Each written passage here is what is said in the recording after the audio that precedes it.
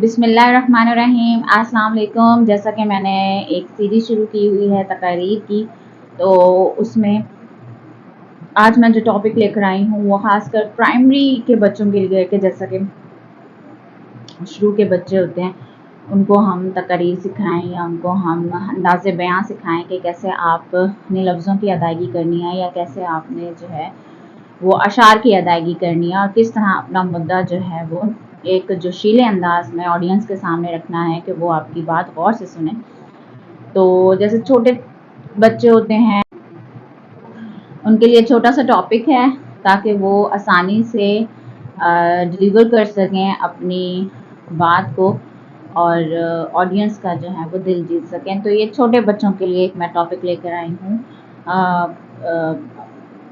یوم دفاع سے لے کے، یا آپ جشن آزادی پہ بھی بیان کر سکتے ہیں یا آپ 23 مارچ کو بھی بیان کر سکتے ہیں۔ تو ہم اپنا اس ٹاپک کو شروع کرتے ہیں۔ یہ خاص کر پرائمری کے بچوں کے لیے میں مینشن کر دوں دوبارہ سے، تو باقاعدہ میں شروع کرتی ہوں۔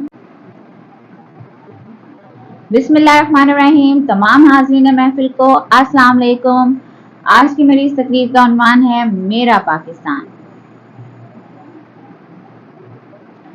وطن سے ہم ہے، وطن ہے ہم سے، خیال رکھنا، چلو ملا کر قدم قدم سے خیال رکھنا، نئے دلوں کی مسافتوں کو اجالنا ہے، وفا سے آسودہ ساعتوں کو سنبھالنا ہے، امید صبح جمال رکھنا، خیال رکھنا، خیال رکھنا۔ حاضرین محفل، اس بڑے صغیر پر انگریزوں کی آمد سے پہلے مسلمانوں کی حکومت تھی۔ حکمرانی کا یہ دور تقریباً 1000 سال تک جاری رہا، مگر جب غیروں کی چالاکیاں اور خود اپنوں کی کوتاہیاں رنگ لائیں تو یہاں کے باشندے غلامی اور محکومی کے شکنجے میں جکڑے گئے۔ یہ ذلت اور رسوائی کا دور ثابت ہوا۔ 1857 کی جنگ آزادی کے بعد مجاہدین کو چن چن کر تخت دار پر لٹکایا گیا، علماء کا قتل عام کیا گیا اور مسلمانوں پر سختیاں روا رکھی گئیں، مگر وقت کے ساتھ ساتھ ان کے دلوں میں آزادی کے حصول کا جذبہ بڑھتا ہی رہا۔ مایوسی کے ان اندھیروں میں بھی مسلم رہنماؤں نے مسلمانوں کی صفوں میں اتحاد کی شمع روشن رکھی۔ بالآخر غیر مسلموں کی تمام تر فتنہ انگیزیوں کے باوجود برصغیر کے مسلمان جب قائد اعظم محمد علی جناح کی قیادت میں سبز ہلالی پرچم تلے اکٹھے ہوئے تو اپنے لیے ایک الگ مملکت کے حصول کے عزم کا اعلان کیا، اور دنیا کی کوئی طاقت ان کا راستہ نہ روک سکی، اور ایک دن یہ قافلہ آزادی کی منزل تک پہنچ گیا۔ وہ دور کے تھی ظلمت لوگوں کی نگاہوں میں، کفار کا غلبہ تھا اسلام کی راہوں میں، ایک برق نے پھر توڑا ان کفر کے گھیروں کو، جب قائد نے للکارا ان اندھیروں کو، اللہ کی رحمت سے جب کچھ امکان بنا، تب نقشہ دنیا پر پاکستان بنا۔ میرے عزیز ساتھیوں، یہ پاکستان، یہ میرا اور آپ کا پاکستان ہے۔ کلمہ طیبہ کی جاگیر، سورہ رحمان کی تفسیر، ماں بہنوں کی دعاؤں کی تاثیر، قائد اور اقبال کے خوابوں کی تعبیر، یہ پاکستان امت مسلمہ کی تقدیر۔ 14 اگست 1947، 27 رمضان مبارک بروز جمعۃ الوداع کو وجود میں آئے، مگر افسوس، صد افسوس، آج ہم اپنے اسلاف کی لازوال قربانیاں بھول گئے۔ آج ہم اپنے وطن پر نثار نوجوانوں کی قربانیاں بھول گئے۔ آج ہم آپس میں دست و گریباں ہیں، کبھی مذہب کے نام پر، کبھی علاقے کے نام پر، کبھی سیاست کے نام پر۔ میرے اسلاف کی روحیں سسکیاں لے کر سراپا احتجاج ہیں۔ اے حکمرانوں، دولت کے پرستاروں، ہم نے تو تمہیں سرفروشی کا درس دیا تھا، وطن فروشی کا تو نہیں۔ کیوں وطن کو بھکاری بنا رہے ہو؟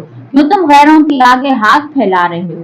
اے نادانو، اپنی ذات اور تجوریوں کی فکر چھوڑو، اس وطن کی فکر کرو۔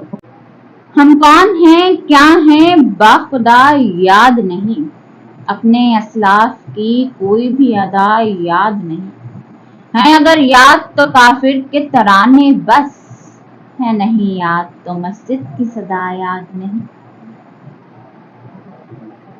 مسلمان کسی ہندو، عیسائی، یہودی کا غلام نہیں ہو سکتا، وہ صرف غلام ہے تو محمد رسول صلی اللہ علیہ وآلہ وسلم کا۔